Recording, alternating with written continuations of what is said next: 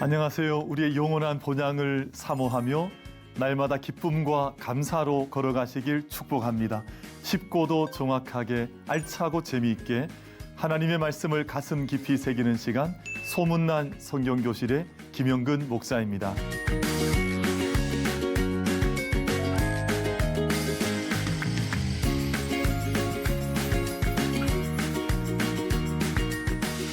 지난 시간에 나눈 내용 기억하시나요? 역사와 종말의 만남을 통해서 우리 신앙인들은 역사적인 사고와 그리고 종말론적인 가치관을 함께 균형 있게 가지는 것이 좋다라는 말씀을 지난 시간 강의를 통해서 말씀을 드렸습니다. 오늘 나눌 내용은 14강 죽음에 관해서 함께 말씀을 나누겠습니다.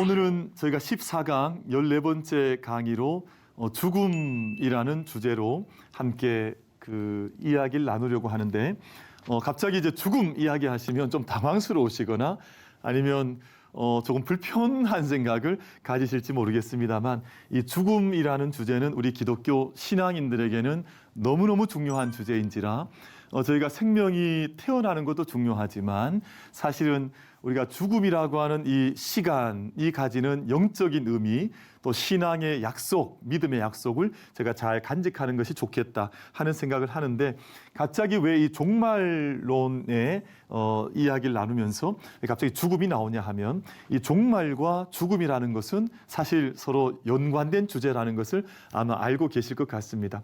크게 보면 두 가지 종말이 있는 거죠.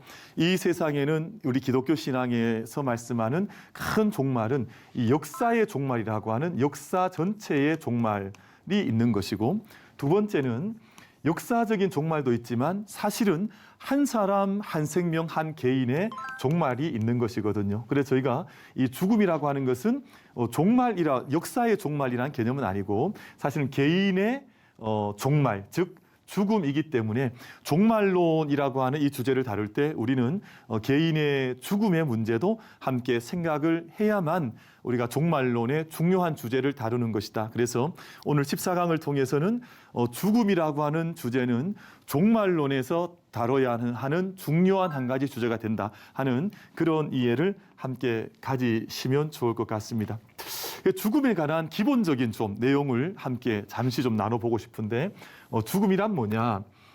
죽음은 모든 사람에게 다가올 엄격한 현실이다라는 겁니다. 이건 현실이거든요. 그런데 현대 사회로 들어오면서 많은 사람들이 죽음을 나와는 관계 없는 것이거나 아니면 우리가 함께 애써 외면해야 할 어떤 것으로 생각하는 경우가 많아서 사실 준비되지 않는 경우들이 많습니다. 죽음에 대한 준비가 없거나 너무 늦어지거나 하는 경우들이 있거든요. 대신에 우리가 신앙인으로서 반드시 가져야 하는 생각 하나는 모든 사람에게, 신앙이 있든 없든 모든 사람에게, 모든 이에게 다가올 엄격한 현실이다. 우리 리얼리티라 그러죠. 죽음이라고 하는 것은 아주 엄격한 현실이다. 지금 제가 강의를 하고 있는 저뿐만 아니라 모든 사람에게도 하나님의 시간은 반드시 온다라고 하는 생각을 가지시는 것이 필요하다는 겁니다. 그러면 그 죽음이 온다고 하는 것은 현실인데 그럼 그 죽음을 어떻게 맞이해야 되느냐?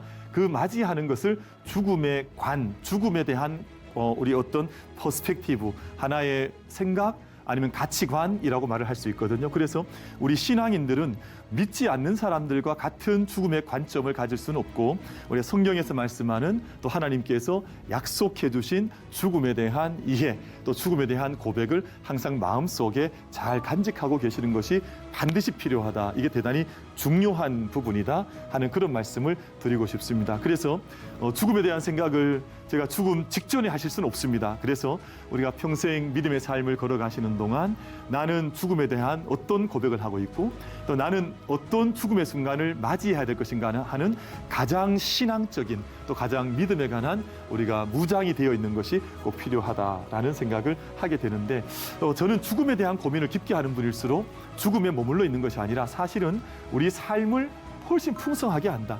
그래서 저희가 죽음에 관한 고백이 분명하고 죽음에 관한 믿음이 선명한 사람들은 이 세상의 삶도 하루하루를 허투루 살지 않더라고요. 그래서 그 이른 새벽부터 내가 새벽을 깨우리로다 라는 마음으로 새벽을 깨우는 삶으로부터 시작해서 잠자리에 드는 그 순간까지 우리의 모든 삶을 충실하게 또는 아름답게 또는 영광스럽게 모든 삶을 채워나가는 분들을 가만히 보면 죽음에 대한 고백과 가치가 선명한 사람들, 하나님께서 나를 언제 부르신다 할지라도 나는 아무런 두려움 없이 하나님의 품에 하나님의 시간 속으로 나는 들어갈 준비가 되었습니다 라고 생각하는 분들은, 이 죽음에 관이 확실한 분들은 이 삶을 풍성하게 하더라고요. 근데 이 죽음에 관한 가치가 선명하지 않으면 세상 사람들과 똑같은, 즉 믿지 않는 사람들과 똑같은 죽음에 관한 생각을 해서는 우리 그리스도인들로서는 바람직하지 않다 하는 그런 생각을 하기 때문에 우리가 종말론을 다룰 때 반드시 개인의 죽음의 문제도 한 주제로서 다루는 것이 합당하다 하는 그런 말씀을 드리는 거거든요. 그래서 우리가 죽음에 관해서 선명한 분들은 현재의 삶이 주는 긍정과 삶의 축복을 얼마든지 누려나갈 수 있는, 그래서 우리 삶이 얼마나 가치 있는 것인지 또 얼마나 정말 중요한 것인지를 이 죽음에 간 것을 통해서 우리가 더 절실하게 또 적실하게 느낄 수가 있습니다.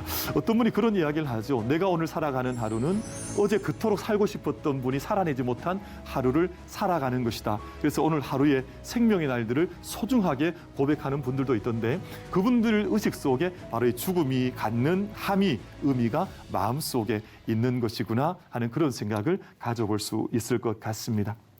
죽음에는 두 개의 얼굴이 있다, 이렇게 먼저 말씀을 드리겠습니다. 죽음에는 우리가 생각해야 되는 두 개의 얼굴, two faces, 그러니까 두 가지 얼굴이 있는데, 첫 번째 얼굴은 흔히 많은 사람들이 가지고 있는 생각이죠. 이 생각은 죽음은 어둠의 힘이라고 하는 겁니다. 물론 성경에서도 이 사실을 아주 엄격하게 말씀을 하시거든요. 우리가 이제 한문에서도 이제 죽음에 대한 표현을 이렇게 하는데, 아마 하루 저녁에 날라든 비수와 같다, 이런 말이 죽음에 관한 의미잖아요. 그러니까 우리 동양적 사고 안에서도 죽음은 사실은 무서운 것, 두려운 것, 가능하면 피하고 싶은 것, 뭐 그런 의식들을 동양적 사고 안에도 가지고 있는 거죠. 근데 우리가 성경 속에도 마찬가지입니다. 죽음은 우리 모든 삶을 무화시키는 힘이다.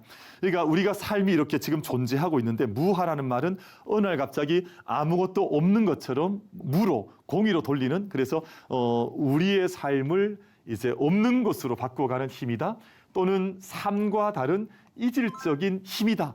죽음이라는 것이 그런 것이죠. 우리 삶에서는 정말 낯선 손님, 내가 한 번도 생각해보지 않았던 어떤 전혀 새로운 현실, 이질적인 힘, 이게 죽음이라고 하는 겁니다. 그리고 우리가 육체를 가지고 살거나 또는 죄를 가지고 살아가는 모든 사람들에게, 인간에게 가장 강력한 지배력으로 다가오는 것이 바로 죽음이다. 그럼 하이데커나 또는 키에르케고르나 모든 그 철학자들의 그 가치관을 보면, 그들의 철학의 내용을 보면 인간에게 왜 이런 두려움, 인간에게 어떤 이런 인간의 무서움이 존재하냐 하면, 바로 인식하든 인식하지 않든 육체와 죄를 가지고 살아가는 사람들에게 다가올 죽음에 대한 강력한 지배력을 인간이 무의식적으로 인식하고 있기 때문에 인간은 두려움을 가진다, 앵자이어티라고 하는 어떤 삶의 갈등과 고통을 경험한다라고 하는 것이 수많은 철학자들의 어떤 내용이기도 하거든요. 그래서 죽음이라고 하는 이 현실이 가지고 있는 두 개의 얼굴 가운데 이 첫 번째 얼굴은 이 어둠의 힘이라는 거죠. 모든 것을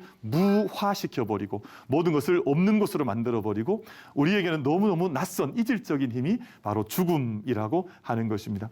두 번째 얼굴이 있습니다. 첫 번째 얼굴과는 성격이 이제 사뭇 다른 얼굴인데요.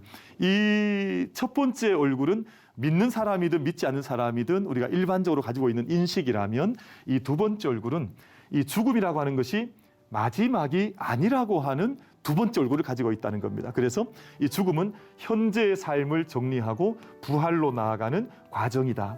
그래서 이게 이제 우리 신앙인들에게 대단히 중요한 오늘 가져야 하는 인식인데요. 죽음이 모든 것의 마지막, 이건 모든 사람들이 일반적으로 가지고 있는 자연적인 생각이지만, 그러나 이것으로 끝이 아니라 이제 두 번째 얼굴, 즉 마지막이 아니라 새로운 시간으로 우리를 인도해 나가는 문턱과 같은, 새로운 문을 열고 나가는 것 같은 그런 순간이 바로 이 죽음이라고 하는 그 시간이라고 하는 겁니다. 저는 개인적으로 이제 목회자로 살아가고 또 신학을 전공하는 사람으로서 죽음이라고 하는 것이 당장 수많은 죽음을 많이 경험을 해봤지만 우리가 많이 보기도 하고 경험을 하지 않습니까? 근데 사실은 우리가 일상의 삶에서 매일같이 이 잠이라는 걸 자거든요. 우리가 에브리데이 매일같이 저녁 시간이 되면 곤히 잠이 드는데 아침이 되면 우리가 이렇게 어웨이크닝 한다 그러죠. 깨어나서 일어나는 걸 경험합니다. 깨어남. 저는 이게 그냥 혼자 이렇게 묵상을 해보면 하나님께서 우리 사람들에게 일평생 죽음과 삶을 다시 살아나는 것을 연습하게 하셨구나 하는 그런 생각을 하게 되거든요. 그래서 오늘 또 이렇게 강의가 마치고 나면 저녁 시간에 제가 제 침대에서 잠자리에 들어갈 텐데 그 잠자리에 들어가는 것은 마치 혼자 묵상할 때는 죽음과 같구나 하는 생각을 할 때가 있습니다. 그런데 정말 죽은 것처럼 잠자리에 들었다가 아침이 되면 언제 그렇게 죽었는 것처럼 잠이 들었더냐 하는 것처럼 의식과 몸이 깨어나거든요. 그것이 우리가 죽음이라고 하는 두 번째 얼굴의 성격이다. 이렇게 한번 생각을 연결해 보셔도 좋을 것 같습니다. 그래서 죽음이라고 하는 것은 마치 잠자리에 들듯이 모든 현재의 삶을 정리하고 새로운 시간으로 나아가기 위한 관문과 통로로서 쓰임받는 것이 바로 그 과정이라고 하는 것이 우리 프로세스라 그러죠. 프로세스. 우리가 다시금 생명의 새로운 장으로 나아가는 과정이 바로 죽음의 두 번째 얼굴이다. 이렇게 정리를 하셔도 좋을 것 같습니다.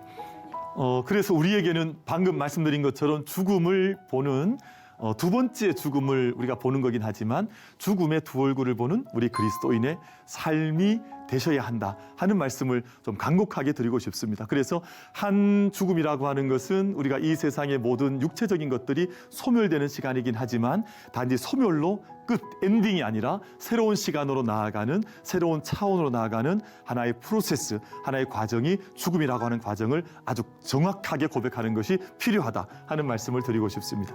그래서 사도 바울의 이제 고백인데요. 고린도전서 15장 이제 53절과 55절, 54절은 좀 생략을 했습니다만 이 썩을 것이 반드시 썩지 아니할 것을 입겠고, 그러니까 우리의 온 몸이 사실 전혀 새로운 차원의 부활의 몸을 입는다. 전혀 새로운 프로세스로 나아간다 하는 그런 고백이거든요. 이 썩을 것은 우리 육체를 말하는 거죠. 반드시 썩지 아니할 것을 입겠고 영원한 생명의 부활의 몸을 하나님께서 약속하셨기 때문에 우린 그 부활의 몸을 입겠고 그런 고백이지 않겠습니까? 그리고 이 죽을 것이 죽지 아니함을 입으리로다. 사망아 너의 승리가 어디 있느냐? 사망아 내가 쏘는 것이 어디 있느냐? 그러니까 지금 사도 바울의 아주 뜨거운 감격적인 고백 속에는 우리의 모든 육체가 죽음에 의한 시간을 지난다 할지라도 이 사망이 우리의 몸을 영원히 다스리지 못하는 생명의 시간으로 우리 나아가는 것이다 하는 사도 바울의 정말 정직한 치열한 아주 뛰어난 위대한 신앙의 고백을 우리가 이 통해서 죽음이라고 하는 것을 우리 믿음의 정확한 관점으로 저희가 한번 가질 수가 있겠다 하는 생각을 가져봅니다. 그러면 저희가 이제 죽음을 이렇게 이해를 했을 때 죽음의 두 얼굴을 봤습니다.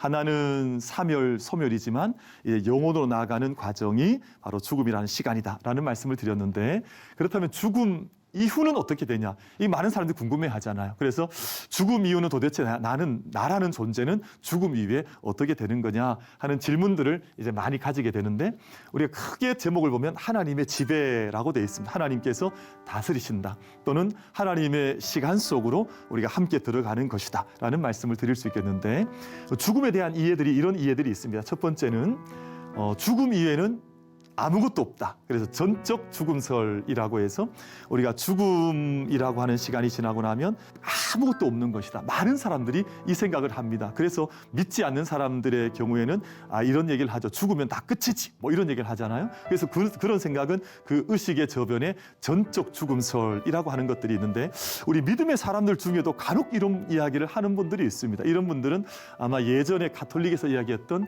연옥설 같은 죽음 이후에 천국으로 가기 전 뭔가 한 단계가 있다, 이런 이야기 가톨릭에서 주장했던 연옥설이거든요. 근데 아니다, 그런 것이 아니라 완전히 없는 거다라고 좀 과하게 이야기했던 분들도 전적 죽음설을 이야기하는 분들이 조금 있긴 합니다. 그리고 영혼 멸절설, 영혼도 이제 아예 끝나는 것이다. 멸절이라는 말은 완전히 없어진다는 뜻이잖아요. 그러니까 전적 죽음이나 또는 영혼의 멸절을 통해서 이제 아무것도 없다. 그러니까 그리고 멸절된다. 우리 영어로 표현하면 nothing이죠. nothing. 그러니까 아무것도 없는 것이다.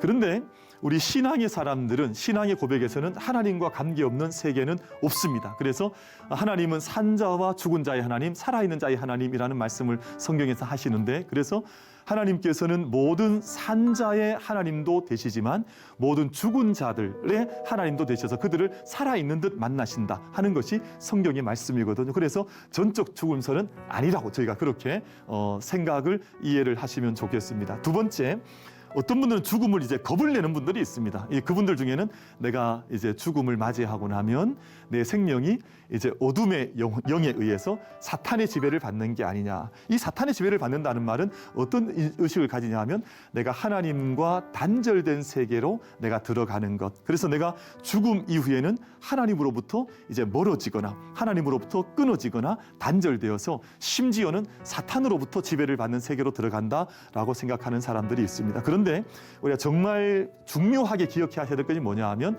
성경은 하나님 외에 다른 신을 인정하지 않습니다. 참된 하나님, 산자와 죽은 자 모든 자를 다스리시는 분은 오직 하나님 한 분밖에, 삼위일체 하나님 한 분밖에 계시지 않기 때문에 우리가 어떤 사탄의 지배를 받는다거나 아니면 하나님이 없는 곳으로 우리가 어떻게 끌려간다거나 우리 영혼이 그런 것을 맴돈다거나, 옛날 믿지 않는 분들은 무슨 구천을 맴돈다 이런 표현을 하기도 했잖아요. 막 그런 것은 없습니다.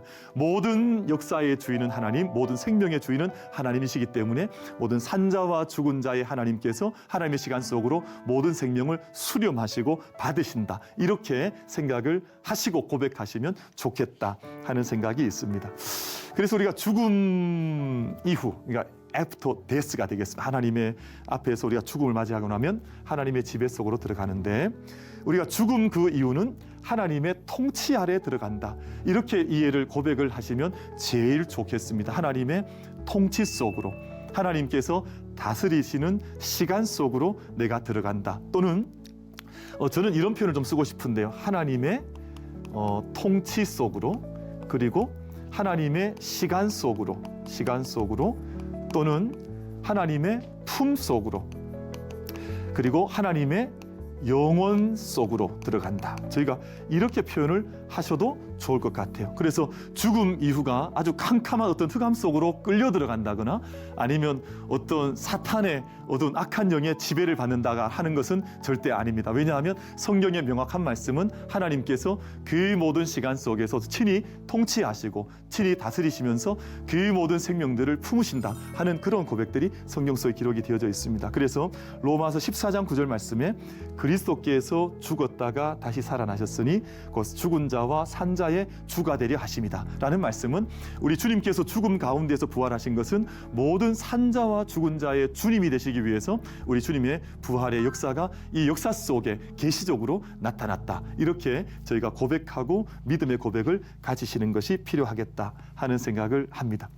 그러면 제가 이제 한 가지 이제 죽음 이후에 대한 생각은 했습니다. 그럼 죽음 이후에는 저희가 무화되는 것도 아니고, 죽음 이후에 저희가 어떤 사탄이나 어둠의 권세 속에 제가 묶여지는 것이 아니라 하나님의 시간 속으로, 하나님의 품 속으로, 하나님의 통치와 다스림 속으로 들어간다라고 말씀을 드렸습니다. 그렇다면 저희가 이 죽음 이후에 우리의 인격성의 문제는 어떻게 되냐? 다시 말하면 제가 죽음 이후에도 지금 강의하고 있는 김영근 목사라고 하는 이 사람이 그대로 있는 것인지, 아니면 다른 어떤 존재적인 어떤 변화의 과정을 겪는 것인지 하는 그런 이제 질문이거든요. 그래서 근데 첫 번째 저희가 생각해 보고 싶은 것은 현재와는 다른 차원의 세계로 들어간다. 그래서 우리가 지금 우리가 살고 있는 우리가 3차원의 세계를 살고 있지 않습니까? 근데 사후의 세계는 3차원의 세계와 같지 않다고 하는 것을 성경에서는 때때로 말씀을 하세요. 그래서 마태복음 22장 23절에 30절 말씀 보면 부활을 믿지 않는 사람들을 이제 사두개인들이라 그러죠. 성경 속에 나오는 사두개인들은 부활을 믿지 않았습니다. 그래서 예수님에게 이제 부활이 없다는 것을 이제 이야기하기 위해서 예수님께 질문을 던진 거죠. 예수님, 만약 남자 형제 이제 7사람이 있는데 7명의 남자 형제가 있는데, 옛날에 이제 형사 치수제라 그래서 형이 죽으면 그 다음 동생이 그 형수님에게 결혼하는 관습이 유대 사람들에게 있었던 거죠. 그러면 이제 7 형제가 그렇게 차례로 다 죽어 나갔기 때문에 이 한 여인이 모든 형제에게 다 장가를 든다면 천국에서는 이 여인은 누구의 아내가 돼야 되겠습니까? 라는 질문을 사두개인들이 예수님을 공격하기 위해서 질문을 던졌던 적이 있습니다. 근데 그때 예수님께서 어떤 답변을 하시냐 하면 부활의 때가 되어지면 장가도 아니 가고 시집도 아니 간다. 그러니까 우리가 3차원적인 삶을 살던 모든 곳에서 이젠 다른 차원, 천국적 차원 안으로 우리 삶이 변화된다고 하는 것을 예수님께서 가르쳐 말씀하시면서 너희가 크게 오해하고 있다라는 말씀을 하신 적이 있거든요. 그래서 하늘에 있는 천사들과 같으니라. 그러니까 우리의 부활체, 우리가 부활한 몸을 가리켜서 이제 부활체라고 저희가 이제 부를 수 있죠. 부활한 몸이라는 뜻이 되겠습니다. 근데 이 부활체가 우리가 이 땅의 3차원적 존재로 살아갈 때와 같은 어떤 모습으로 존재하는 것이 아니라 우리가 고유한 인격성은 가지긴 하지만 하늘에 있는 천사들과 같은 부활을 덧입은 모습으로 우리가 부활의 자리에 함께 참여, 함께 존재하게 되는 것이다 라는 것을 성경에서는 그렇게 말씀을 하고 있습니다.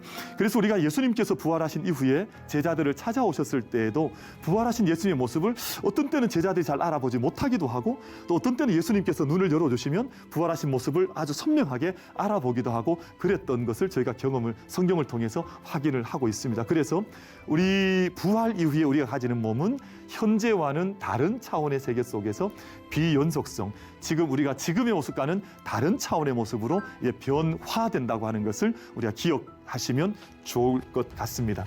두 번째, 그러나 우리가 변화되긴 하지만 그러면 나라고 하는 아이덴티티 또는 동질성, 나의 인격성은 그럼 어떻게 되는 것이냐, 그런 생각을 하게 되죠. 우리가 한 인간이 가지고 있는 저라고 하는 제 자신이 있지 않습니까? 그럼 저라고 하는 이 존재가 부활 이후에는 완전히 사라지는 것입니까? 그렇지 않다는 것을 성경에서는 아주 선명하게 말씀을 잘 해주시거든요. 그것을 이제 우리가 동질성이라 그러기도 하고 또는 아이덴티티라고 부르고 이걸 연속성이라 그럽니다. 그러니까 우리가 이 땅의 3차원적인 삶을 산다고 할지라도 이게 부활 이후에, 우리가 죽음 이후에 우리가 주님 안에 시간 속에 들어가게 될 때 나라고 하는 아이덴티티, 나의 동질성, 나 자신이라고 하는 모습을 유지를 한다는 것이거든요. 그래서 우리는 어떤 때는 영혼이라고 부르기도 하고 또 어떤 그 자신의 인격성이라고 부르기도 하는데 마태복음 22장 32절 말씀 보면 나는 아브라함의 하나님이요 이삭의 하나님이요 야곱의 하나님이로라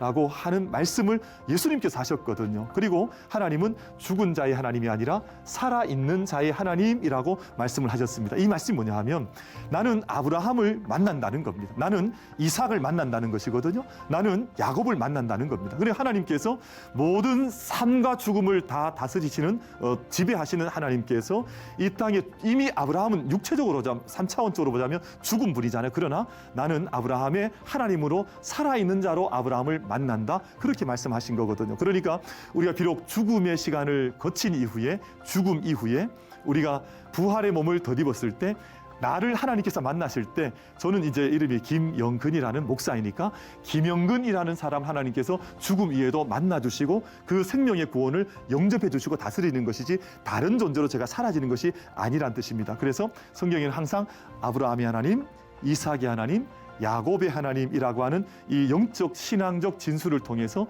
우리 믿음의 부활의 자리에도 항상 그 사람을 나는 만나는 것이라고 그렇게 이제 약속의 말씀을 해 주신 것입니다. 그래서 오늘 저희가 이제 결론적으로 좀 말씀을 드리고 싶은데 죽음 이후의 세계는 하나님이 통치하신다.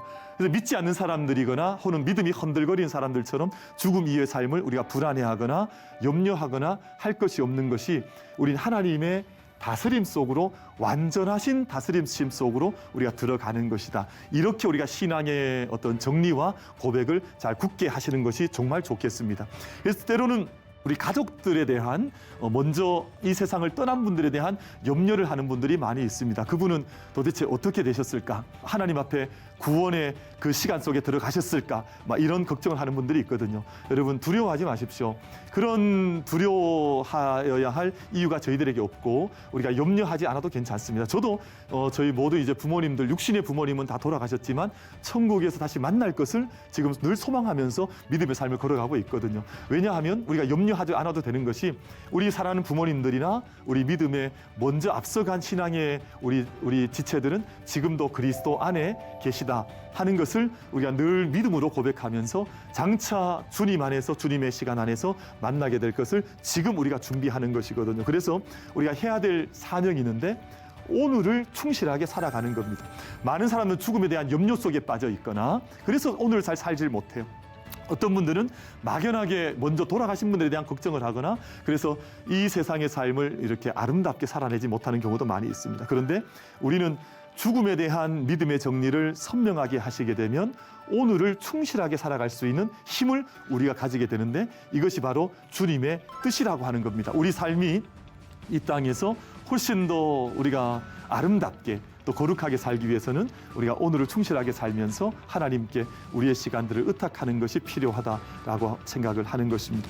예수님께서 제자들이 그런 말씀을 하셨죠. 죽은 자들이 그들의 죽은 자들을 장사하게 하고 너는 나를 따르라 하시니라. 예수님께서 하셨던 예수님의 제자들을 향한 부탁과 명령의 말씀이었습니다. 무슨 말이냐 하면 죽음에 얽매여 있지 말고 너희는 오늘 살아있는 자들로 나를 따라서 생명을 전하고 또 생명을 살고 이 땅에 하나님 내 생명의 세계가 나타날 수 있도록 내가 그런 삶을 사는 것이 합당하다 하는 그 말씀을 예수님께서 주셨습니다. 오늘은 저희가 여기까지 죽음에 관한 공부를 마치도록 하겠습니다. 여러분 유익한 시간 되셨나요? 오늘 수업은 유튜브를 통해 다시 보실 수 있습니다. 하나님의 말씀 안에서 다스림 받는 여러분이 되시길 바랍니다. 오늘은 저희가 죽음에 대해서 다뤘기 때문에 다음 시간은 부활신앙에 대해서 우리가 부활에 관한 공부를 함께 하도록 하겠습니다. 오늘도 충만한 은혜를 누리시길 축복합니다. 다음 시간에 뵙겠습니다. 감사합니다.